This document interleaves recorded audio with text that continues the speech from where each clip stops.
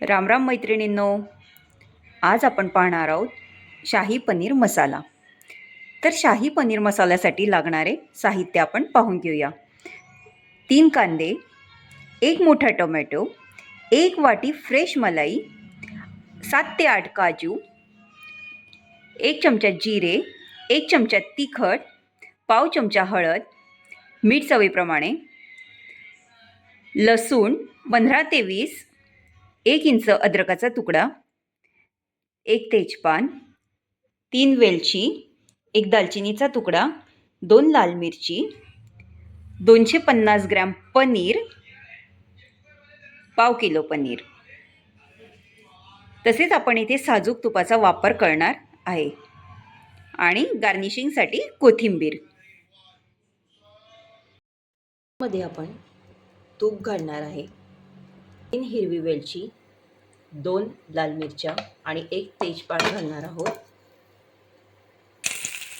2 चिरलेले कांदे, 1 मोठा टोमॅटो चिरलेला.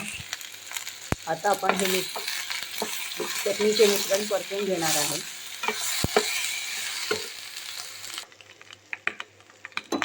यामध्ये आपण थोडे पाणी घालूया. मिश्रणामध्ये पाणी घातल्यानंतर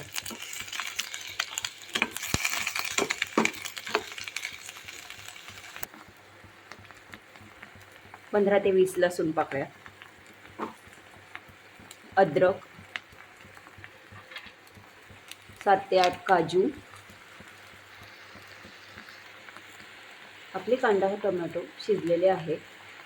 आता या सर्वांची आपण मिक्सरमध्ये बारीक पेस्ट करून घेऊया.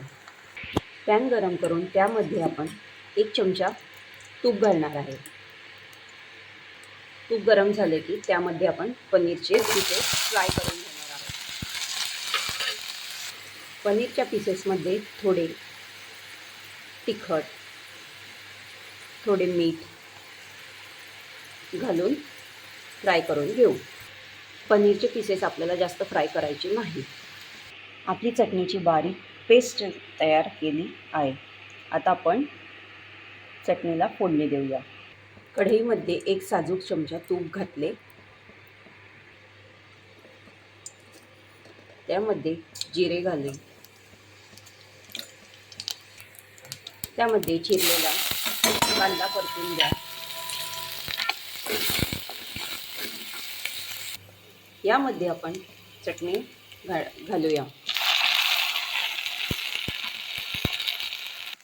चटणी मंद आचेवर परतूया. त्यामध्ये पाव चमचा हळद, अर्धा चमचा तिखट घालून परतून घेऊया. यामध्ये 2 चमचे फ्रेश मलाई घालूया.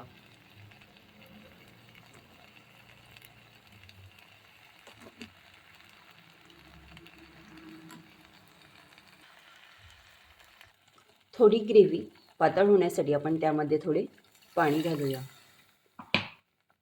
आता ग्रेव्हीमध्ये आपण चवीप्रमाणे मीठ घालू.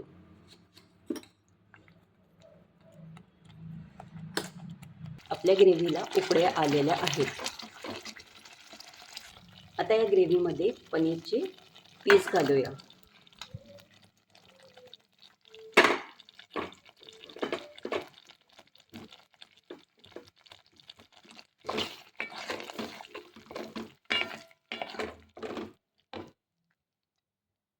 शाही पनीरची रेसिपी तयार झालेली आहे.